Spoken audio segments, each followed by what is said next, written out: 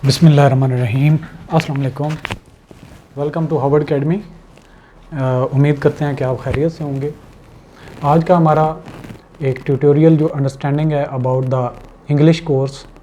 जैसा कि कुछ लोगों को आप में से मालूम होगा कि हमने कोर्स पहले स्टार्ट किया था इंग्लिश रैंड एंड मार्टिन का, और काफ़ी इंस्पेक्टर इनलैंड रेवेन्यू के एस्पिरेंट्स कुछ उनमें से हमारे रेगुलर कोर्स के मेंबर्स हैं और कुछ उनमें से मेंबर्स नहीं हैं, और उनकी सजेशन के साथ ही मैं इस कोर्स को फिर आपके साथ शेयर करना चाह रहा था कि कुछ एस्पिरेंट्स ऐसे हैं जो इंग्लिश में काफ़ी वीक हैं और वो ये समझते हैं कि जो चीज़ें मैं उनको इंग्लिश का जो पार्ट हमारा इंक्लूडेड है in the course of inspector inland revenue, उसको मैं तेज़ी से लेके चल रहा होता हूँ, या फिर वो ये समझते हैं कि ये निटी ग्रिटी जो इंग्लिश की हैं वो हमारी इसमें कंप्लीट कवर नहीं हो रही जितनी डेप्थ तक हम जाना चाहते हैं।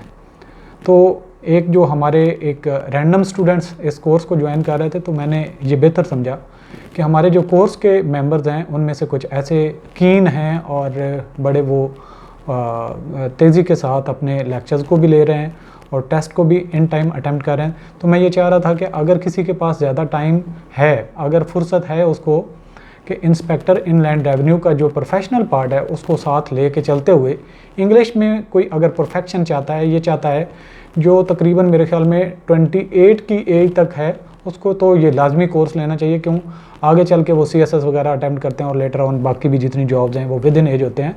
तो जो 32-31 की एज को टच मार रहे हैं वो थोड़ा फिर इंग्लिश को इतना ज़्यादा टाइम देंगे तो एक तो उनको फ़ायदा ये हो जाएगा कि उनकी ग्रिप जब बनेगी तो टेस्ट उनका अटैम्प्ट 33 या 35 ईयर जो उनकी एज होगी तो वो कंप्लीट इसमें ग्रिप करने की वजह से अपना जो भी पेपर होगा 17 ग्रेड का, आपको पता है कि with relaxation 35 year age limit होती है।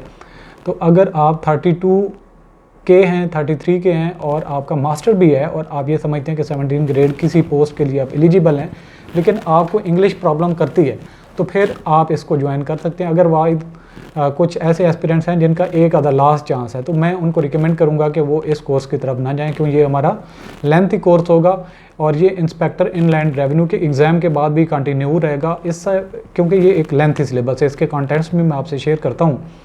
तो मैं रिकमेंड करूँगा अपने स्टूडेंट्स को जो तकरीबन 30 की एज से नीचे हैं इंस्पेक्टर इनलैंड रेवेन्यू कोर्स के और जॉब नहीं करते, तो वो लाजमी तौर पर अपने टाइम को यूटिलाइज़ करें। फ्यूचर में जब भी वो किसी एग्ज़ाम में जाएंगे तो इंग्लिश ग्रामर तो आपकी जान नहीं छोड़ेगी, किसी ना किसी तरीके से किसी न किसी रूप में आपके ये पेपर में आती है। और यहाँ पे अब भी FPSC का हमने पेपर जो अभी देखे हैं रिसेंट जो कंडक्ट हो रहे हैं, उनमें भी ये तरीक़ेकार होता है कि आपका एक पेपर में अगर वो पंक्चुएशन पूछ रहा है तो दूसरे में प्रेपोजिशन पूछ रहा है, एक में प्रेपोजिशन है तो दूसरे में टेंसेज आ रहे हैं, तीसरे में इडियम्स आ रही हैं, किसी में फ्रेजल वर्ब, एडवर्ब, एडजेक्टिव्स और इस तरह के क्वेश्चंस आ रहे हैं। जो कि मैंने समझा है, जो मैंने देखा है कि अगर आप रैंड एंड मार्टिन के इंग्लिश ग्रामर का कोर्स अगर कंप्लीट करते हैं तो उसमें सारी आपकी FPSC की जो बेसिक चीज़ें आती हैं वो सारी की सारी इसी कोर्स में कवर होती हैं। तो हम ये कोर्स एक्सटेंड कर रहे हैं और इस कोर्स में जो हमारे इंस्पेक्टर इनलैंड रेवेन्यू कोर्स के जो रजिस्टर्ड मेंबर होंगे उनको स्पेशल फेवर भी देंगे, मैं उनसे ग्रुप में शेयर कर दूंगा उनसे उसके मुतालिक। तो इंग्लिश लर्निंग कोर्स ये होगा A to Z complete Wren and Martin के थ्रू बुक हम फॉलो करेंगे और इस बुक को ही हम कंसेप्चुअली हर चीज़ को करेंगे और इनकी साथ में ग्रामर की प्रैक्टिस भी करेंगे। ये नहीं है कि मतलब उसके कंसेप्चुअली जिस तरीके से मैं बाकी आपको सिलेबस कवर कर रहा हूँ, यानी कि आपको कंसेप्ट भी दिया जाता है, साथ में बुक रीडिंग के ऊपर भी आपको ग्रिप दी जाती है ताकि आप हर चीज़ से, हर लिहाज से आपको ग्रिप हो सके। तो ये अच्छी ग्रामर की बुक है लेकिन बहुत लेंथी है, इसकी प्रैक्टिस काफ़ी होती है। मतलब आपको जो समझाने वाली बात होती है वो 2-4 लाइनों में समझा दी जाती है, लेकिन जब आप प्रैक्टिस पे आते हैं तो तब आप अगर बेहतरीन प्रैक्टिस करते हैं तभी आप उन चीज़ों पे ग्रिप कर पाते हैं। तो ये इंस्पेक्टर इनलैंड रेवेन्यू के लिए मैंने ये सेशन चूँकि कर रहा हूँ उनको बताने के लिए कि ये हमारा कोर्स जो कुछ पहले भी हमने कवर किया हुआ था, लेटर ऑन इंशाल्लाह हमारा जो प्रोफेशनल सिलेबस के साथ साथ इसको भी हम कंटिन्यू करेंगे। ऑनलाइन प्रिपरेशन है इंग्लिश पार्ट ये, और ये आपके कोर्स से अलग होगा। तो English part best preparation for this post and FPSC PPSC जो भी फ्यूचर में आपके एग्ज़ाम आते हैं वो डिस्क्रिप्टिव हों, भले वो MCQs पैटर्न पे हों, तो वो आपके लिए बेहतर होगा। तो इसके कंटेंट्स पे भी बात कर लेते हैं। इंग्लिश ग्रामर के इसकी 2 बुक्स इसको कहा गया है। बुक 1 जो है वो ग्रामर के मुतालिक है, तो इसका ईच एंड एवरी मैं एलिमेंट उस पर थोड़ी सी बात करने की कोशिश करूँगा। थोड़ा लेंथी हो जाएगा आपका लेसन या ट्यूटोरियल, लेकिन आपने देखना है कि आप क्या इन एरियाज में स्ट्रॉन्ग हैं तो फिर आपको इस कोर्स पे टाइम स्पेंड करने की ज़रूरत नहीं। अगर आप इसमें वीक हैं तो डेफिनेटली आपको टेकअप करना चाहिए। नंबर 1, द सेंटेंस की कई सारी टाइप्स होती हैं, तो उसको सेंटेंस को हर लिहाज से ईच एंड जिस तरीके से FPSC में कहा जाता है इंग्लिश सेंटेंस स्ट्रक्चर, यानी कि सेंटेंस स्ट्रक्चर के मुतालिक अक्सर सवाल आए होते हैं और उसका पार्ट भी मेंशन होता है, तो ये इसमें होता है।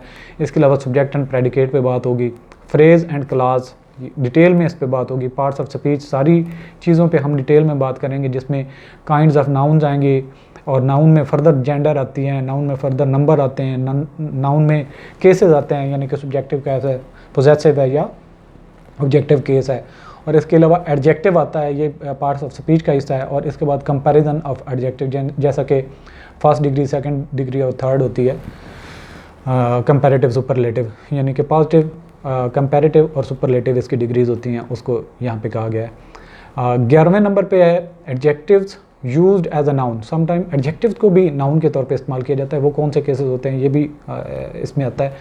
पोजीशन ऑफ द एडजेक्टिव्स, और समटाइम अक्सर आपको सेंटेंस में कहा जाता है तो कि इसके एडजेक्टिव अलग करें, तो इस तरह के वो प्रैक्टिस करने से आपका ये एरिया कवर होता है। The correct use of some adjectives, adjective को किस तरीके से यूज़ करना है, यानी कि पॉजिटिव कहाँ पे डिग्री आएगी, कंपैरेटिव कहाँ पे आएगी, सुपरलेटिव कहाँ पे आएगी।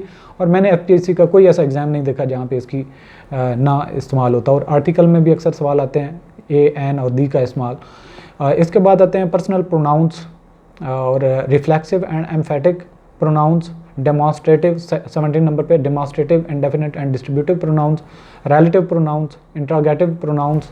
और 20 नंबर पे पार्ट्स ऑफ स्पीच में आता है वर्ब के मुतालिक। Verbs of incomplete predication, active and passive voice आ जाते हैं। इसके बाद आ जाते हैं mood of the sentence, tenses आ जाते हैं, उनके बारे में हम बात करेंगे। इंट्रोडक्शन है, the uses of the present and past tenses है, फ्यूचर टेंस है। इसके बाद वर्ब आता है पर्सन एंड नंबर के साथ, और इन्फिनेटिव, इसके अलावा पार्टिसिपल और जीरंड पे अक्सर आपके इंटरव्यू में क्वेश्चन आते हैं इंग्लिश का। अगर कोई रेलिवेंट आपसे एरिया पूछ रहा हो तो जीरंड से सवाल पूछा जाता है, जीरंड क्या चीज़ है। अच्छा, इसके बाद 31 नंबर पे इरेगुलर वर्ब्स हैं, ऑक्सिलरीज एंड मॉडल्स, यहाँ पे पेपर में से कुछ उठाया जाता है। और conjugation of the verb love, the adverb से अक्सर सवाल आए होते हैं कि इसमें एडवर्ब एडजेक्टिव को अलग करें। और इसके बाद comparison of adverbs, formation of adverb बनाए कैसे जाते हैं, और पोजीशन ऑफ एडवर्ब के पोजीशन कहाँ पे ये वाक़ होता है, सेंटेंस की नेचर पे चेंज होती रहती है इसकी पोजीशन। इसके अलावा प्रेपोजिशन, इसमें से भी अक्सर सवाल आपके हर एग्जाम FPSC PPSC के एग्जाम में आए होते हैं, तो क्वेश्चन यहाँ से आते हैं। वर्ड्स फॉलोड बाय प्रेपोजिशन, वो कौन से अल्फाज हैं जिनके बाद प्रेपोजिशन आती है। और द कंजंक्शन है, some conjunction and their usages है। द इंटरजेक्शन है, the same word use as the different parts of speech, यानी कि समटाइम वो एडजेक्टिव होता है, एडवर्ब के तौर पे होता है, नाउन के तौर पे होता है। तो इस तरीके से वो कौन से अल्फाज हैं। इसके बाद आ जाती है बुक 2 जिसमें कंपोजिशन है, एनालिसिस, ट्रांसफॉर्मेशन एंड सिंथेसिस, यानी कि आपके सेंटेंस पे आपकी जब ग्रिप हो जाती है तो मुख्तलिफ सेंटेंसेस को कैसे आपस में जोड़ते हैं। तो इसमें एनालिसिस ऑफ सिंपल सेंटेंस, यहाँ पे अगेन फिर सेंटेंस की तरफ हम आते हैं, उसका एनालिसिस किया जाता है, इसके पार्ट्स कैसे आपस में मिक्स किया जाता है, जोड़ा जाता है, फ्रेजेस, क्लासेज, आगे फिर सेंटेंस की आगे फर्दर टाइप्स जो FPSC में ज़्यादातर यहाँ से भी आता है, sentences, simple, compound and complex. More about noun classes कुछ होती हैं, कुछ एडजेक्टिव क्लासेज होती हैं, कुछ एडवर्ब क्लासेज होती हैं। तो ये टॉपिक्स थोड़े तो हमने इंग्लिश के ऑलरेडी जो आपका सिलेबस उसमें चीज़ें कवर की हुई हैं। इसके बाद 8वें नंबर पे आता है एनालिसिस ऑफ कम्प्लेक्स सेंटेंस। तो जब कम्प्लेक्स सेंटेंस के एनालिसिस तक हम पहुंच जाते हैं तो हमें इंग्लिश में फिर कोई मज़ीद कोई छोटे मोटे प्रॉब्लम नहीं रह जाते। 9वें नंबर पे आ जाता है एनालिसिस ऑफ कंपाउंड सेंटेंसेस। अब कंपाउंड सेंटेंस और कम्प्लेक्स सेंटेंस, इन दोनों का जो सही एनालिसिस किया जाता है कि इनको जोड़ा कैसे जाता है, इनके मुख्तलिफ पार्ट्स जो हैं वो क्या रोल अदा कर रहे हैं। इसके बाद है ट्रांसफॉर्मेशन ऑफ सेंटेंसेस, एक सेंटेंस को दूसरे में कैसे बदला जाता है, या 2-3 सेंटेंसेस हैं उनको एक सिंगल सिंथेसाइज कैसे किया जाता है। यही होता है सिंथेसिस ऑफ सेंटेंसेस, जो कि 12वें नंबर पे 13 नंबर पे सिंथेसिस ऑफ सेंटेंसेस कंटिन्यू रहेगा। फिर कंटिन्यू 14 नंबर पे भी है the sequence of tenses, direct और इनडायरेक्ट स्पीच यहाँ पे आ जाएगी। और इसके बाद पार्ट 2 बुक 2 का आ जाता है करेक्ट यूजेज। इसमें agreement of the verb with subject, यानी कि वर्ब और सब्जेक्ट का आपस में एग्रीमेंट होना ज़रूरी है। तो जो करेक्ट यूजेज ऑफ सेंटेंसेज आता है तो यहीं से वो पार्ट उठाया जा रहा होता है। दूसरे नंबर पर नाउन्स और pronouns, adjective, verb, adverb, conjunctions, order of words, idioms, और फिर मज़ीद इडियम्स आएंगे। पंक्चुएशन, यहाँ पे देखिए हम पंक्चुएशन भी कवर करेंगे। फिर स्पेलिंग के रूल्स क्या हैं, the formation of words, figure of speech. इसके बाद पार्ट नंबर 3 आ जाता है जिसमें स्ट्रक्चर होता है, वर्ब के पैटर्न क्या होते हैं, क्वेश्चन टैग्स और शॉर्ट आंसर इसके मुतालिक मोर स्ट्रक्चर जो है उनके बारे में बात करेंगे। इसके बाद पार्ट 4 आ जाता है रिटन कंपोजिशन के मुतालिक, जो आपका डिस्क्रिप्टिव टेस्ट जैसा कि आपके CSS में या PMS के या कोई छोटे मोटे एग्जाम जिसमें ऐसे आ जाता है, स्टोरी राइटिंग आ जाती है, डायलॉग राइटिंग आ जाती है, तो वो किस तरीके से कवर करना होता है। नंबर 1 क्या है, पैराग्राफ राइटिंग है, स्टोरी राइटिंग है, reproduction of the story, poem है, लेटर राइटिंग, कंप्रीहेंशन है। इसमें से तो आपको डिस्क्रिप्टिव टेस्ट आता ही है, कंप्रीहेंशन यानी पैराग्राफ पढ़ना होता है और उसके बाद आपने कौन से रूल्स को फॉलो करते हुए आपने उसके आंसर क्वेश्चन नीचे करने होते हैं। प्रेसी राइटिंग आपका बहुत बड़ा एरिया है और इसको हमने यहाँ पे टच देना है। एक्सपेंशन ऑफ पैसेजेस है, ऐसे राइटिंग है, यहाँ पे ऐसे राइटिंग के रूल्स पे हम बात करेंगे। इसके बाद आता है ऑटोबायोग्राफीज़ है, डायलॉग राइटिंग है, the appreciation of the poetry है और पैराफ्रेजिंग है। तो यहाँ पे हमारा जो है ये कवर करने के बाद पूरा हमारा कोर्स कवर हो जाता है। नॉर्मली हमारा जो रैंड एंड मार्टन का इंग्लिश का कंप्लीट कोर्स है ये अब डिटेल में चलेगा। आपकी मेंबरशिप यहाँ पे ख़त्म नहीं होगी, 2-3 महीने की इसकी लिमिट नहीं है। जब तक हमारी ये बुक कवर नहीं होगी ये सिलेबस रैंड एंड मार्टन का चलता रहेगा और आप लोगों के पास फुल टाइम होगा, उसको प्रैक्टिस भी कर सकते हैं। तो ये जो इंग्लिश के वीक स्टूडेंट्स हैं जिन्होंने पहले ग्रामर पे कोई उनकी ग्रिप नहीं है तो ये उनके लिए बेस्ट है ये प्लेटफॉर्म भी, ये कोर्स भी।